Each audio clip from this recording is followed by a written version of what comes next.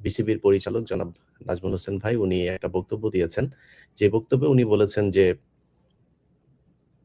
ক্রিকেটাররা কিছুই করতে পারে না। তাদের পেছনে খরচ করা হয়।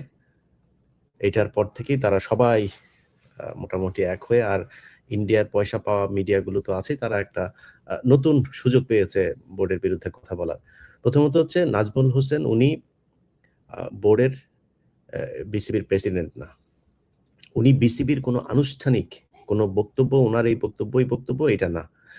দ্বিতীয়ত হচ্ছে উনাকে এই ক্রিকেটাররা উনি ১ম যেই কথাটা বলেছিলেন যে, ভারতের দালাল তামিম ইকবাল। এই কথাটা বলার পর থেকে উনার বিরুদ্ধে ক্রিকেটাররা সবাই বলব না, একটা অংশ যাদের এই যে সবচেয়ে বেশি ফালাফালি করে যেটা মিঠুন। এটার টেস্টের গড় হচ্ছে ১৮ আর টি-20 র গড় হচ্ছে গিয়ে ১০। এই বিশাল মানে পৃথিবীর সবচেয়ে বিশ্বমানের এক অলরাউন্ডার প্লেয়ার তিনি। তিনি ব্যাপক উত্তেজনা দেখিয়েছেন। হুম? উত্তেজনা দেখায় কাপড়-চোপড় বিছনা-টিছনা নষ্ট করে ফেলার অবস্থা। উনার উত্তেজনা দেইখা আর সারাদিন উনি খালি এইটা চায়, ওইটা চায়, এটা করা যাবে না। এরে বেটা ভারতে যদি বাংলাদেশ খেলতে যায়, তোরে নিবে খেলতে। তুই কি প্লেয়ারের একাদশে আছিস? তোর এত মাথা ব্যাথা কেন? এখন এরা সবাই মিলে নাজমুল ভাইকে যেভাবে অ্যাটাক করেছেন, নাজমুল ভাই ওই জায়গা থেকে তিনি দাঁড়িয়ে থেকে তার তো খারাপ লাগতেই পারে। তিনি তো প্রতিক্রিয়া জানাইতেই পারেন। তিনাকে চারিদিক থেকে যেভাবে চেপে ধরা হয়েছে সেটার প্রতিক্রিয়া তিনি জানিয়েছেন। এখন বলতে পারেন যে একজন বিসিবির বোর্ড পরিচালক তিনি তো ক্রিকেটারদেরই অভিভাবক। তিনি কি এটা বলতে পারেন কিনা? হ্যাঁ, ক্রিকেটের অভিভাবক হয়ে তিনি তাদেরকে শাসনও করতে পারেন, আদরও করতে পারেন, সবই করতে পারেন। কিন্তু যেই কথাটা মানে বিসিবির পরিচালক, উনি আজকে আছেন, কালকে নাই, গতকাল ছিল না, আগামীকাল থাকবেন না। উনার মুখ থেকে কেন বলতে হবে এটা? আপনি ক্রিকেটার, আপনার তো দেশের প্রতি বুকের মধ্যে হাত দিয়া তারপরে ওই যে রবীন্দ্রনাথের চুরি করা গানটা গান। তো এই আপনি যেভাবে ভাব দেখান আপনি বিশাল দেশপ্রেমিক। ইন্ডিয়া যখন মুস্তাফিজকে বের করল, কয়জন ক্রিকেটার এটাকে নিয়ে ভারতের বিরুদ্ধে কথা বলেছেন? কয়জন ক্রিকেটার প্রতিবাদ এই তামিম যিনি কিনা এত দেশপ্রেম দেখাইতে আসলেন, তিনি প্রতিবাদ করেছেন ভারতের এটা? করেন নাই। এখন উনাদের মূল কি চাহিদাটা কি? চাহিদাটা হচ্ছে উনারা খেলতে যাবেন। খেলতে গেলে কি হবে? খেলতে গেলে টাকা পয়সা পাবে। না খেললেই তো ম্যাচের ফিটা পাবেন না। আর তামিম ইকবাল তারপরে এই যে আজকে বাংলা এডিশনে একটা আ করা হয়েছে আপনার খালেদ মাহমুদ সুজন। তার যে ২,৫৮ না ৫৭ লাখ টাকার যেই চুরি করা এইটার প্রতিবেদনটা দেখানো হয়েছে। সেখানে বিসিবির নথি দেখানো হয়েছে। তো এই চোরেরা এদেরকে টাকা পয়সা দিয়া তারপরে ভারত পালে। পাইলে তারপর যখন তাদের সুযোগ সুবিধা মতো এরকম কিছু আপনার সুশীলও আছে দেখবেন। এসব সুশীলরা আপনি ভারতে যখন গরুর মাংস খাওয়ার কারণে একটা মুসলমানকে পিটায় মেরে ফেলা হয়, কোনো সমস্যা হয় না। কিন্তু উনাদের সমস্যাটা কোথায়?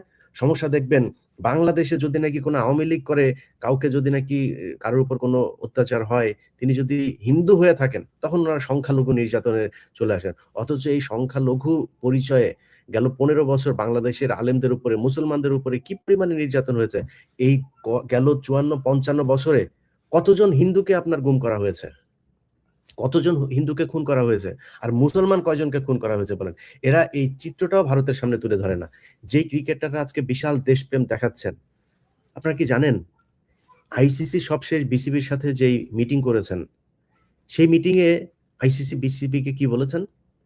আমি প্লেয়ারদের কাছে এটা শুনেছি, অতএব সব প্লেয়ারই তো জানেন বিষয়টা কি হয়েছে। সেখানে বাংলাদেশকে বলা হয়েছে আমরা নাকি এক্সট্রিমিস্ট কান্ট্রি। আমাদের দেশে নাকি সব কি বলে জঙ্গিরা থাকে। আমাদের দেশে জঙ্গিদের ব্যাপারে আমরা কথা বলি না তাদের। তো বিসিবি থেকে জবাব দেওয়া হয়েছে যে বাংলাদেশের জঙ্গিরা যদি থেকে থাকে জঙ্গিদের কারণে তো ভারতের ক্রিকেটারদের আসতে কখনো কোনো সমস্যা হয় নাই। বা তারা যদি কিছু বলেও থাকে বিসিবি তো কোনদিন তাদের কথা শোনে নাই। কিন্তু আই বিসিসিআই কি করেছে? বিসিসিআই তাদের দেশের এই শিব কি বলে ওদের? আর হইল গিয়া এই যে মোদির দল বিজেপি, শিবসেনা, বিজেপি এদের কথায় তারা প্লেয়ারকে বের করে দিয়েছেন। আপনারা তো শুনেছেন আপনারা রাষ্ট্রীয়ভাবে জঙ্গি রাষ্ট্র। রাষ্ট্রীয়ভাবে আপনারা জঙ্গিদেরকে লালন-পালন করেন। আজ পর্যন্ত গরুর মাংস খাওয়ার কারণে যাদেরকে পিটিয়ে মারা হয়েছে তাদের বিচার হয়েছে কোনো? তারা এইভাবে অপমান করে এবং তুচ্ছ-তাচ্ছিল্য করে কথা বলে তারা সবশেষ মিটিংটাও করেছেন। মানে ওরা হইলো গিয়ে রাজা আর এই দেশের মানুষ সব প্রজা। এরকম একটা চাকর-বাকরের মতো আচরণ কইরা। এগুলো প্লেয়াররা জানে না, এগুলো তামিম ইকবাল জানে নাই, এই মিঠুন জানে নাই, এগুলো অন্য প্লেয়াররা জানে নাই। তাদের গায়ে লাগে না। তারা প্রতিবাদ করেছে। মানে সবাই একটা থাকে আইপিএল এ যদি ডাক না দেয়, আমরা যদি ইন্ডিয়ার বিরুদ্ধে কথা বলি। আর কিছু আছে নগদ টাকা পেয়ে তারপরে তাদের পক্ষ হয়ে কথা বলে। এইটাই হচ্ছে মানে বাস্তবতা। এখন নাজমুল হোসেন ভাই যেটা বলেছেন যেই কথাটা বলেছেন। আমি এতক্ষণ যা বললাম, ইট সিমস লাইক আমি নাজমুল ভাইয়ের কথার বিপরীতেই বললাম। কিন্তু এবার আসল পয়েন্টে আসেন। বাংলাদেশের পরে আফগানিস্তান খেলা শুরু করেছে। বাংলাদেশের পরে আয়ারল্যান্ড এসছে। তাদের সাথে ম্যাচ হারে না? নিয়মিত হারে, তাও নিয়মিত। আফগানিস্তানের কাছে আপনার ইয়েও হয়েছে, কি বলে ওটা? আ হোয়াইট হাউস ওয়াশও হয়েছে। এই বাংলাদেশ। আপনারা যেই খেলা করেন, আপনাদেরকে যেই সুযোগ সুবিধা দেয়া হয়, ওইটার ধারে কাছে আছে? এতদিনে আপনাদের অন্তত বিশ্বকাপে গিয়ে সেমিফাইনাল, ফাইনাল নিয়মিত খেলা উচিত। আপনারা কি করেন? একজন যদি আউট হন, মনে হয় সব লাইন ধরে বিকাশের পেমেন্টের মতো একটার পর একটা পড়তে থাকেন। তা আপনাদের বিরুদ্ধে কথা বলবে না? বিসিবি বোর্ড পরিচালকরা কথা বলবে না? বিসিবির প্রেসিডেন্ট কথা বলবেন আপনাদেরকে নিয়ে? সমালোচনা করবে না? সমালোচনা তো করবে, সমালোচনা দিতে হবে। আজকে যদি মনে করেন, আপনারা এই যে যাওয়ার জন্য এত ফাল পারতেছেন না ইন্ডিয়াতে, সব ভয়-টয় সব দূর করে আপনারা গেলেন। গিয়া যে গোহারাটা হারবেন ইন্ডিয়াতে, পাবলিক যে আপনাদের তখন কি করবে এটা বুঝতে পারছেন? স্টেডিয়ামে পাবলিকের পকেটের টাকা দিয়ে আপনারা খেলেন। বাংলাদেশের জনগণের টাকায় আপনারে কোটি টাকা দেওয়া হয়। বেতন দেওয়া হয়, বিভিন্ন সুযোগ সুবিধা দেওয়া হয়। একটা ম্যাচ হারলেই ২ কোটি তারপরে এই যে ওই যে কি বলে আ প্লট, এগুলো কি আপনার বাপের টাকা? শেখ হাসিনার বাপ দিত? বাংলাদেশের জনগণের। সেই টাকা আপনাদেরকে দেওয়া হয়। তো সেই টাকা নিয়ে আপনারা খেলা করেন, আপনার দেশের প্রতি দায়বদ্ধতা নাই। যা মনে চায় তাই করেন। স্টেডিয়াম থেকে একটা কেউ কিছু বললে তারে আবার মারতে যান। এত ভাব মারলে তো হবে না। আর আপনারা এত ভাবের প্লেয়ার হয়েও যান নাই যে আপনারা ভারত, অস্ট্রেলিয়া, সাউথ আফ্রিকা, ইংল্যান্ডের মতো বিশাল দল নিয়মিতভাবে আপনারা ভালো খেলে যান। আপনাদের কোনো ধারাবাহিকতা নাই। আপনারা খেলেনও না ভালো। সো তারপরেও এই দেশের মানুষ আপনাদেরকে বিশাল ভালোবাসে। সেই মানুষের ভালোবাসাকে যদি আপনারা ফেরত দিতে চান, তাহলে তো মানুষের সম্মানের দিকে আপনাদের তাকাইতে হবে। এই ভারত যে অপমানগুলো আমাদেরকে গেল কয়েকদিন ধরে করল, এটার বিপক্ষে আপনারা দাঁড়াবেন না? এটার জন্য আপনারা কোনো কথা বলবেন না? আপনাদের কোনো হাঁচি-কাশি কোনো কিছু নাই। কি হইলো? হঠাৎ করে আপনারা কালকের মধ্যে নাজমুল হোসেন বাংলাদেশের আমি যতটুকু জানি বাংলাদেশে এই পর্যন্ত যত বোর্ড হয়েছে সবচাইতে একদম সৎ, দক্ষ মানুষগুলো মানে যারা নিজে থেকে আসলেই দেশের জন্য চিন্তা করে, দেশের ক্রিকেটের জন্য চিন্তা করে, এই মানুষগুলো এসছে। এই মাঝখানে আসিফ আকবর আসলো। মানে সমস্যাটা কোথায় দেখেন? সমস্যাটা হইলো এইটা একটা বিরাট ধান্দাবাজির জায়গা। ধান্দাবাজিটা কিরকম? ধরেন এখানে এই যে খাবার দেওয়া, এখানে পানি দেওয়া, এখানে মাঠ পরিষ্কার। মানে এই খেলা সংক্রান্ত বিশাল বাণিজ্য আছে এই জায়গায়। এই বাণিজ্যের একেকজন একেক জায়গার সুবিধাভোগী। এই সুবিধাভোগীরা চায় না যে এখানে কোনো সৎ মানুষ আসুক। আমার হাতে কিছু জিনিস আসবে আপনারা পাবেন। এই জায়গাটার নাম মনে নাই। সিরাজগঞ্জ থেকে বগুড়া না কোথায় যেন। তাদের মাইক্রোবাসের ভাড়া দিয়েছে কত জানেন? ভাড়া দেখিয়েছে কত? এই গত সাবেক যে বোর্ডগুলো ছিল। ৳১৬,০০০ একেকজনের ভাড়া দেখিয়েছে। একটা ডাবের দাম দেখে ডাব খাওয়ার ডাবের দাম দেখানো হয়েছে ৳১৮,০০০। এগুলো আপনারা জানবেন। এই যে খালেদ মাহমুদ সুজন, যে আবার কালকে ইন্ডিয়াতে খেলতে না গেলে ওর নাকি কি হয়ে যাবে বলেছে না? কেন বলেছে জানেন? কারণ এটা হলো দুর্নীতিবাজ। আজকে বাংলা এডিশনে যান আপনারা। বাংলা এডিশনে তার যে নিউজটা দেখানো হয়েছে, সে কি করেছে? বোর্ডের পরিচালকরা, এটা আমি নিজেও জানতাম না। বোর্ডের পরিচালকদের কিন্তু কোনো বাড়তি কোনো বেতন ভাতা কোনো কিছু নাই। তাদের খেলাধুলার জন্য, মাঠ দেখার জন্য বিসিবির কোনো এই প্রকল্পের জন্য তিনি এক জায়গায় যাবেন, মনে করেন বান্দরবন যাবেন। বান্দরবন গেলে বান্দরবনে সেখানে যাওয়ার পরে হোটেলে থাকা, খাওয়া, গাড়ির ভাড়া-টাড়া যেগুলো দরকার হয় এইটা। এর বাইরে কোনো কিছু নাই। এখানে সবাই স্বপ্রণোদিত হয়ে দেশপ্রেম থেকে, দায়িত্ববোধ থেকে এখানে আসেন। একটা সম্মান, আরেকটা হচ্ছে দেশের জন্য কাজ করবেন, ক্রিকেটের জন্য কাজ করবেন। এইজন্য আসেন। উনি প্রতিটা ট্যুরে টোটাল আমার কাছে আসা নথি অনুযায়ী ২,৫৭,০০,০০০ আ ১৯,৮০০ কত টাকা যেন। এই যে টাকাটা উনি আত্মসাৎ করেছেন, এই টাকার জন্য উনার বিচার হওয়া উচিত তো। উনার বিচার হইতে হবে। দুদকের বিচার করা দরকার। মানে বিসিবিরও এখন উচিত উনার বিরুদ্ধে এগুলোর করা। এর আগে বোর্ডে কারা কত টাকা তছরূপ করেছেন, তাদের করা দরকার। নারী ক্রিকেটাররা এত ভালো খেলে, তাদেরকে বলাকা বাসে করে তারপরে এই যে আপনার ফুটবল টিমটারে আপনার ইয়েতে সিলেটে পাঠিয়েছে একবার বলাকা বাসে করে। টাকার অভাব নাই তো তাদের। তারা তো ঠিকই ভিআইপি হলে যায়, তারপরে বিজনেস ক্লাসে গিয়ে এরপরে 5 স্টার হোটেলে থাকে। তাদের কোনো তার উপর আবার এই মেয়েদেরকে আপনার যৌন হয়রানি করে। এটা বোর্ডের এরা করে গিয়েছে এগুলো। তো যেহেতু এগুলো করে গিয়েছে, এখন নতুন এরা এসছে। আসিফ আকবর তো ঘাটতেরা লোক। আসিফ আকবর তো মনে করেন সে তো শুনবে না। তারে যদি একটা কিছু বলা হয়, সে তো ওইটারে প্রোটেস্ট করবে। তার উপর দিয়ে আপনি মাস্তানি করে এত কিছু করতে পারবেন না। এই যে নাজমুল হোসেন, মানে 100% অনেস্ট একটা লোক। একদম 100% অনেস্ট। মানে এটার মধ্যে কোনো চিটারিটা কিছু নাই। কিন্তু তাদেরকে রাখা যাবে না। এইজন্য এদের পেছনে লাগা হয়েছে। আল্টিমেটাম দিয়েছে, বাবারে কালকে দুপুরের মধ্যে উনারা করে ফেলবেন, নাহলে মিঠুন খেলবে না। মিঠুন যদি না খেলে, তাহলে আপনি বুঝতেছেন বাংলাদেশ ক্রিকেট বাঁচবে? এটা হলো বাংলাদেশের এই সাকিব আল হাসানের মতো বাংলাদেশের নয়নের মধ্যমণি হইলো গিয়া মিঠুন। মিঠুন সারা জীবন মনে করেন উনার কি রেকর্ড আছে? একা ১০ উইকেট নেওয়ার রেকর্ড আছে, একা ৩,০০০ রান করার এক ম্যাচে এক ওয়ানডে ম্যাচে ৩,০০০ রান করার রেকর্ড আছে। রেকর্ডের অভাব নাই, রেকর্ডের সরাসরি। আল্টিমেটাম দেয় দুপুরের মধ্যে নাজমুল হোসেনরে করে ফেলতে হবে। নাজমুল হোসেনরে রাখলে চুরি করা যাবে না। আসিফ আকবরে রাখলে চুরি করা যাবে না। এই যে আমিনুল ইসলাম, এদেরকে রাখলে আরেকটা মানুষ আপনাদের কাছে অনুরোধ থাকবে, বোর্ডের যদি সুযোগ থাকে, মোহাম্মদ রফিক, গ্যারান্টি দিলাম, গ্যারান্টি। 100% অনেস্ট একটা লোক। এরে যদি পারেন কোন জায়গায় কাজে লাগায়েন। এই ধরনের লোকগুলো থাকলে এরা চুরি করতে পারবে না। এটা হচ্ছে সমস্যা। ইন্ডিয়ার কথা শোনানো যাবে না। যদি ক্রিকেটারদের ন্যূনতম দেশপ্রেম থাকে, আমি একজন প্লেয়ারের কাছ থেকে যেটা শুনেছি, কালকে আইসিসি, আইসিসি মানে ইন্ডিয়া, ইন্ডিয়া এবং বিসিসিআই এর ওদের নিজস্ব যেটা, এরা বিসিবির কর্মকর্তাদেরকে যে পরিমাণে তুচ্ছ তাচ্ছিল্য ছোট করে কথা বলেছে, আমার দেশকে যেভাবে ছোট করে কথা বলেছে, আমরা নাকি ফান্ডামেন্টালিস্ট। এইসব করে কথা বলেছে। আমার দেশে কোনদিন এই পুরো আমি মানে বাংলাদেশের ইতিহাসে যদি নাকি আমার একদিন দেখাইতে পারেন যে কোন হিন্দুকে কেউ কোনদিন জোর করে বলেছে যে তুই কালেমা পড়। এটার যদি কোন গ্যারান্টি দিতে পারেন, কারো যদি বলা হয় তুই গরুর গোশত জোর করে খাওয়ানো হয়েছে। শুকরের মাংস তো আমার হারাম, ওর যেমন গরুর মাংস হারাম। তো আমারে যদি নাকি এখন বলে আ যে বাংলাদেশের কোন মানুষ কোনদিন কোন হিন্দুকে শুকরের মাংস খাওয়ার জন্য মেরেছে। আজ পর্যন্ত দেখাইতে পারবেন? কখনোই এরকম হয় নাই। বাংলাদেশের ইতিহাসে এটা কোনদিন হয় নাই, হবেও না ইনশাআল্লাহ এই দেশে। তারপরে আমরা নাকি ফান্ডামেন্টালিস্ট। আর উনার দেশে উনারা মুসলমানদেরকে গরুর মাংস খাওয়ার জন্য মারে। জোর করে ধরে নিয়ে তারপরে রামনারায়ণ পড়ায়, জয় শ্রীরাম পড়ায়। ভাই, এগুলি পড়ায় যদি নাকি হইতো, এই হিন্দু বানানো যাইতো, তাহলে তো ভাই সারা পৃথিবীতে বহুত হিন্দু থাকতো। আপনারা ধর্মনিরপেক্ষতা, আপনারা আ এই এই এই কি বলে বাক স্বাধীনতার কথা বলেন। ডাক্তার জাকির নায়ক, এ তো মনে করেন মানে উগ্র কথাবার্তা বলে নাই। তাই না? আপনাদেরকে বুঝায়ে তারপরে তারা ধর্মীয় ব্যাখ্যা দিয়ে কম্পারেটিভ রিলিজিয়ন নিয়ে তিনি পড়াশোনা করেছেন। তিনি এটা নিয়ে করেন। আপনার ধর্ম নিয়ে কটাক্ষ করেও কিছু বলে নাই। আপনি যখন তারে কটাক্ষ করে কিছু বলেন যে রাসূল সাল্লাল্লাহু আলাইহি সাল্লাম বিয়ে করেছেন, কেন এতগুলো, তা আপনারা যদি নাকি রাসূল সাল্লাল্লাহু আলাইহি সাল্লাম বিয়ে যদি নাকি চারটা কইরা থাকেন, আপনাদের ৪০,০০০ করার মতো দেব-দেবী আছে। ৭০,০০০ করার মতো আছে, ৬০,০০০ করার মতো আছে। তা আপনারা এ এ ওইটা নিয়ে আপনার গায়ে লাগে না? তখন আপনার বুঝানো হয়। এখন ডক্টর জাকির নায়েকের সবচাইতে বড় যেটা, সেটা হচ্ছে যে উনি কি করেন? উনি বলেন যে অ্যা অ্যা কোরআনের মানে একদম সত্যি উনি সরাসরি স্বীকার করেন যে কোরআনে এখন পর্যন্ত ৮০ ভাগ সত্যতা, সায়েন্সের সত্যতা পাওয়া গিয়েছে। ২০% পাওয়া যায় নাই।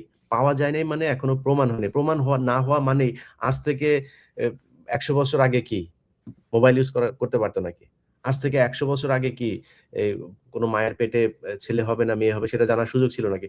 তো অনেক কিছুই আগেও আবিষ্কৃত হয় নাই। এখন আবিষ্কৃত হচ্ছে। এই আবিষ্কার হয় নাই তার মানে কি এটা সম্ভব না? এটা মিথ্যা? না, আবিষ্কার হয় নাই মানে হয় নাই। একসময় মানুষ জানতো যে এই সূর্য ঘোরে, এখন জানে পৃথিবী ঘোরে। তার মানে কি সায়েন্স তো ভুল করেছিল। তো সায়েন্স ভুল করেছিল দেখে সায়েন্সের কোন কিছু মানা যাবে না। কিন্তু কোরআনের আজ পর্যন্ত যা প্রতিষ্ঠিত হয়েছে, জানে না সেটা অন্য জিনিস। কিন্তু যা এসেছে কোনটা কি মিথ্যা প্রমাণিত হয়েছে? হয় নাই তো। তো ডাক্তার জাকির নায়েক সেটাই বলেন। সে লোকটাকে আপনি ওই দেশে থাকতে দেন নাই। কারণ কি? ওই দেশে যদি আর ৫ বছর জাকির নায়েক থাকতো, তাহলে তো আপনি আর লোক খুঁজে পাইতেন না। লোকই খুঁজে পাইতেন না। এখনই তো আপনাদের এই চোনা-মোনা নিয়ে তো মানুষের নানান আ প্রতিক্রিয়া। আপনার দেশের লোকজন, একজন বিচারপতি ঐদিন ভারতের। তিনি বলছেন মানে খুব মানে যৌক্তিক কথা। উনি উনার হিন্দুদেরকে ওই সাংবাদিকরা প্রশ্ন করেছে। সাংবাদিকদের বলছেন যে, "আপনি কেন গোমাংস নিয়া গরু আমাদের মাতা, আ আপনি এগুলো নিয়ে এই কথা বলেন কেন?" সেই লোকটা তখন বলেছে যে, "আমার এটা নিয়ে কোনো সমস্যা নাই। আপনারা যদি আমাকে মানতে বলেন আমি মানব। যদি একদিন নরেন্দ্র মোদি গরুর চোনা খায় তাইলে।" খায় নাকি? কোন ব্রাহ্মণ খায়? কোন ব্রাহ্মণ গরুর গোবর খায়? গোবর খাওয়ায় কাদেরকে? যাদেরকে খাওয়ায় তারাই মনে করেন এই যে এই কলকাতায় এসে তারপরে হুমকি দেয়। বাংলাদেশে নাকি এসে তারপরে সব দখল করে নিবেন। আসিস বাংলাদেশে। বাংলাদেশ, এই দেশের প্রতিটা মানুষ একেকজন যোদ্ধা। প্রতিটা মানুষ একেকজন যোদ্ধা। আর এই যোদ্ধাদের অস্ত্রের পাওয়ার নাই, কিন্তু যেই পাওয়ার আছে সেই পাওয়ার উপর থেকে আসে। ওইটারে নিয়ে লাগালাগি করে তারপরে দেশ দখল করে নিয়ে যাবেন, এত সোজা না। এখন হাসিনা নাই। সো এই মূর্খ এগুলোরে দিয়ে এই যে কলকাতায় যে পশ্চিমবঙ্গের যেই মানে যেগুলোরে যেই হিন্দুগুলো আছে, এদেরকে কিন্তু সারা পুরো আমেরিকায় এদের প্রচন্ড ছোট তুচ্ছ-তাচ্ছিল্য করে দেখা হয়। বাঙালি শুনলে ভারতের কোন জায়গায় বহুত ভালো, ভালো অভিনেতা আছে। বলিউডে শুধু বাঙালি এই কারণে টিকতে পারে নাই। খোঁজ নেন দক্ষিণ, উত্তর যেইখানে যাবেন, বাঙালি এদেরকে প্রচন্ড ঘৃণার চোখে দেখা হয়। ভারতেই দেখা হয়। এরা এসে বাংলাদেশের উপরে চালায়। বেটা বাংলাদেশ যেইটুক হাগে তোরা ওইটুক খাওয়ার সুযোগ পাইস। বাংলাদেশের মানুষের জীবনযাত্রা সম্পর্কে তোদের কোনো আইডিয়া আছে? তোদের ওইখানে তো মানে এই আমার তো পাশে, তাই না? আমি তো জানি ভারতের কি অবস্থা। ভাই আমার ফ্যামিলির লোক গিয়েছে ভারতে। বহু আগের ঘটনা। আমার মার চিকিৎসার জন্য। একটা মাছ কিনে এনেছে, বড় মাছ। সে মাছ কেনার জন্য পুলিশ ধরেছে। যে, "তুমি এটা কিনছো কেন? এটা তুমি কিনতে পারবে না। কাইটা কিনতে হবে।" এই যে আমি ক্রাইসিস তৈরি করেছেন দাদা আপনি বাজারে। বুঝছেন? ওইটা কিনলে ক্রাইসিস তৈরি হয়ে যাবে। এই অবস্থা তোদের। খেয়ে এসেছেন না, যেয়ে খাবেন, হ্যাঁ? বাইরে গিয়ে হাগা। এই জাতি তোরা। তোরা এসে আমাদের সাথে এসে মাস্তানি করতে আসিস। এদেরকে কাজে লাগাই ব্রাহ্মণরা তাদের এই একটা ধর্ম ব্যবসা করে। বললেন তো? ভাই আপনারা ভারতের পশ্চিমবঙ্গের অনেক মানুষ আছে আমার ভিডিও দেখেন। আপনাদের কমেন্ট-টমেন্ট ইমেইল-টেমেইলে পাই। বললেন ভাই, বেশিরভাগ যদি আমার ইমেইল যারা করে মুসলমানেরাই করে, হিন্দুরা মাঝে মধ্যে থ্রেট করে। মুসলমান ভাই, হিন্দু ভাই যারা দেখেন আমার ভিডিও, আপনি একটু বললেন আপনার পাশের ব্রাহ্মণরে একটু যায়া বলেন একটু গরুর চোনা খাইতে। আপনি তো খান, আমার কোনো সমস্যা নেই। এটা আপনার ধর্ম এলাও করলে আমার কোনো সমস্যা নেই। আপনি গরুর চোনা খাবেন, আপনার ধর্ম সেই অধিকার দিয়েছে। আমার ধর্ম আমাকে অধিকার দিয়েছে গরুর গোশত খাবার। আমার ধর্ম আমাকে বলেছে যে গরুর চোনা যদি তোমার গায়ে লাগে তুমি নাপাক হবা। তোমার পাক হয়ে তারপরে ইবাদত করতে হবে। এটা আমার ধর্ম। আর আমার ধর্ম আমি মানবো, আপনার ধর্ম আপনি মানেন। কোনো সমস্যা নেই। আপনার ব্রাহ্মণরে যায়া বইলেন যে, "ভাই একটু গরুর চোনা খাও, একটু গোবর খাও। এটা তো অনেক ভিটামিন তো, গরুর গোবরে তো অনেক ভিটামিন। একটু খাইতে বললেন।" তাইলে আমরা বুঝবো যে হ্যাঁ, ঠিক আছে। মানে আপনারা বুঝবেন যে না ঠিক আছে তাইলে এটা উনারা আমার গুরুজনেরা যা বলে তাহলে এটা ঠিকই আছে। এই ব্যবসায়ের এই যে অস্ত্র হিসাবে আপনারা কাজে লাগেন সারা জীবন এই অচ্যুত হয়েই থাকতে হবে। আর এই কলকাতায় বসে তারপরে ভারতরে হুমকি দিতে পারবেন। এর বাইরে আর কোন কিছু পারবেন না। যাই হোক, আমরা যে বিষয় নিয়ে আলোচনা থেকে অনেক দূরে চলে গিয়েছে। বাংলাদেশ ক্রিকেট বোর্ডের ক্রিকেটারদেরকে বলব, ভাই একটু সামনের দিকে ২ দিন পরের দিকে তাকান। মনে করেন কথা আপনি এই আইসিসির ক্রিকেটে খেলতে গেলেন। মনে করেন খেলতে গেলেন। আমরা কিছু শর্ত-টর্ত তো তাদেরকে দেওয়া হয়েছে, আমরাও কিছু শর্ত দিয়েছে। সেই শর্তের পরে একটা সমঝোতা হইলো আপনারা খেলতে গেলেন। এখন ২ টা অল্টারনেটিভ হইতে পারে। যেমন বাংলাদেশ ক্রিকেট বোর্ড বলেছে যে আয়ারল্যান্ডকে খালি বাংলাদেশের গ্রুপে নিয়ে আসতে, বাংলাদেশকে আয়ারল্যান্ডের গ্রুপে নিয়ে যাইতে। অর্থাৎ আয়ারল্যান্ডের ম্যাচগুলো সব শ্রীলঙ্কাতে। তাইলেই সবকিছু সমাধান হয়ে গেল। আচ্ছা আরেকটা বিষয় বলে রাখি। বোর্ডের সাথে কালকে আইসিসির মিটিং এর একটা গুরুত্বপূর্ণ জিনিস। বোর্ড বলেছে যে, তোমরা আমাদেরকে নিরাপত্তা দিতে পারবা কিনা?" তারা বলেছে, "এটা আমাদের দায়িত্ব না।" তোমার দেশে খেলতে যাবে, তুমি এটার দায়িত্ব না। তার মানে ওরা একটা ঘটনা ঘটানোর বাংলাদেশ ক্রিকেটকে আরো ৩০ বছর পিছায় নেয়ার জন্য একটা পরিকল্পনা ওদের আছে। ওরা বলবে, "একটা হামলা হয়েছে তো কি হইল?" হতেই পারে। উনারা তো যত কিছুই করুক উনারা জঙ্গি না। মুসলমান কোন দেশে কিছু করলেই সেটা জঙ্গি। এখন উনারা করে ফেলতে পারে, উনারা দিবেন না। তো বোর্ডের যেটা যে আয়ারল্যান্ডকে যদি এই গ্রুপে দেওয়া হয়, এই গ্রুপ থেকে যদি বাংলাদেশকে আয়ারল্যান্ডের গ্রুপে দেওয়া হয়, তাহলে ক্রিকেটের পুরো ম্যাচগুলো আমাদের হবে শ্রীলঙ্কাতে। সমস্যা কি করেন? আইসিসি মানেই তো বিসিসিআই, ইন্ডিয়ান ক্রিকেট লিগ এই বোর্ড। তো ইন্ডিয়ান ক্রিকেট বোর্ড এটা বললেই হয়ে যায়। আর এটা তো খুব যৌক্তিক বিষয়। আপনারা নিজেরাই বলেছেন যে আপনার দেশে নিরাপত্তা ঝুঁকি আছে। প্লেয়ারদের আপনি নিরাপত্তা দিতে পারবেন। তো আমার প্লেয়াররা কেন যাবে? আর আমার প্লেয়াররা কেন যারা যাইতে চাচ্ছে, প্রশ্নটা হইলো এখন তাদেরকে নিয়া। তারা এইটা নিয়ে কোন কোয়েশ্চেন করে না যে ভারত আমাদেরকে কেন দিবে না? কিন্তু উনাদের এর আগে পাকিস্তানের সমস্যা ছিল না। পাকিস্তান রাষ্ট্রীয়ভাবে বলেছে আমরা গ্যারান্টি দিচ্ছি তোমাদের জন্য ১২ স্তরের নিরাপত্তা দিতে চেয়েছে। যায় নাই। এই বাংলাদেশ ক্রিকেট বোর্ডই যায় নাই। তখন যান নাই কেন? এই ক্রিকেটারদের ভেতরে কেউ এটার বিরোধিতা করেছে। পাপন নিজে স্বয়ং যেতে চেয়েছে। তারপরে উনারা যান নাই। তো আপনারা কেন করেন নাই তখন? এখন আপনাদের খুব যাওয়ার জন্য পারাপারি শুরু করেছেন। এই সবকিছু হইছে ভারতের যেই পয়দা করা, ৭১ এ পয়দা করা যেগুলো, এগুলোর মাধ্যমে যে নতুন যে প্রজন্ম তৈরি করেছে পয়সার মাধ্যমে, এগুলোরে দিয়ে আমাদেরকে এই ন্যারেটিভ তারা তৈরি করতে চায়। যাই হোক ক্রিকেট বোর্ডের চেয়ারম্যান সহ পরিচালক আপনাদের সাথে এই দেশের মানুষ আছে। আপনাদের যেই সিদ্ধান্ত নিয়েছেন এই সিদ্ধান্তের সাথে বাংলাদেশের মানুষ একাত্মতা ঘোষণা করেছে। এরপরেও যদি কোন পরিস্থিতিতে কোনো হিসাব নিকাশ মিলে গেলে যদি ভারতে যাওয়াই হয় বা শ্রীলঙ্কাতে গিয়ে খেলা হয়, অর্থাৎ এই বিশ্বকাপে যদি বাংলাদেশ দল পার্টিসিপেট করে, এই ২ দিন পরে বাংলাদেশ ক্রিকেটাররা মাথায় রাখেন কিন্তু, আপনারা খেলা করছেন সেই ৯৭ সাল থেকে, মানে বিশ্বকাপে। আর সেই ৯৭ এর আগে আরো কত বছর আপনাদের পেছনে টাকা পয়সা ঢেলেছে। ৯৭ থেকে এদিকে হইলো গিয়া ২৬ বছর, ওইদিকে ৩ বছর, ২৯ বছর, ৩০ বছর, ৩ দশক আপনারা খেলা করছেন। ১ম রাউন্ড থেকে বের হইলে কিন্তু দেশে ঢোকার সময় কিন্তু পাবলিক আদর আপ্যায়ন করবে। এটা কিন্তু মাথায় রাইখেন। সো বাংলাদেশের মানুষের আবেগ নিয়ে খেলা না কইরা ক্রিকেট খেলেন, ভালো খেলেন, বাংলাদেশের সম্মানের জন্য কথা বলেন। যেটা করলে দেশের সম্মান থাকবে। শুধু নিজের পকেট ভরার জন্য খেলবেন, আপনারা কেউ কিছু বলতে হয় না। আপনি পারলে ক্রিকেটার হয়ে গেছেন দেইখা মাঠের একজন এই দর্শক আপনারা কিছু বললে আপনার গায়ে লেগে যাবে। তারে ব্যাট ছুঁড়া মারবেন, ক্যাপ ছুঁড়া মারবেন, লাথি মারবেন, ঘুষি মারবেন। এটা করা যাবে না। এখান থেকে বের হয়ে আসতে হবে। কারণ এই দেশের মানুষের টাকায় আপনি চলেন। এত সুযোগ সুবিধা বাংলাদেশের কোন সেক্টরের কোন এমপ্লয়িদেরকে দেওয়া হয় না যেটা আপনাদেরকে দেওয়া হয়। যাই হোক, সবাই ভালো থাকেন। খুব জরুরি লাইভটায় আসতে হলো। এইজন্য লাইভে আসলাম। আর যেটা শুরুতেই বলেছি আপনাদেরকে যে আমার Facebook পেজ, YouTube এগুলো নিয়ে আপনারা জানেন যে নানান সমস্যা চলছে। তো আমার যেই নতুন YouTube চ্যানেলটা সেটা আপনাদেরকে এখানে লাইভে আপনারা যেটাতে দেখলেন এটা সাবস্ক্রাইব করবেন এবং আ আপনার যারা পরিচিত যারা আছে তাদেরকে জানাবেন। বিভ্রান্ত না হতে যে আমার নামে অন্যান্য যে Facebook পেজ, YouTube যেগুলো আছে এগুলোর ব্যাপারে সাবধান থাকতে। ওইখানে ছড়ানো কোনো তথ্য সেটা আমার তথ্য না। আমি আমার এই যে 1.5 মিলিয়ন এখন আছে যেটা, এটার পেজ এবং YouTube চ্যানেল যেটা এই যে ৬.৫ লাখ মতো যেটা আছে, এটা একটা নতুন পেজ। আর 15 মিনিটস নামে যেটা এখন লাইভ আপনারা দেখছেন, এটার ৩০,০০০ মতো সাবস্ক্রাইবার আছে। আর আগের যেটা আছে সেটা তো আছেই ৫ মিলিয়নের কাছাকাছি। এর বাইরে আমার কোনো Facebook পেজ, YouTube চ্যানেল যদি করে থাকি সেটা অবশ্যই আমাদেরকে আমার YouTube চ্যানেলের ৫ মিলিয়ন যেটা আছে সেটাতে আপনাদেরকে জানানো হবে। সবাই ভালো থাকবেন। আল্লাহ হাফেজ।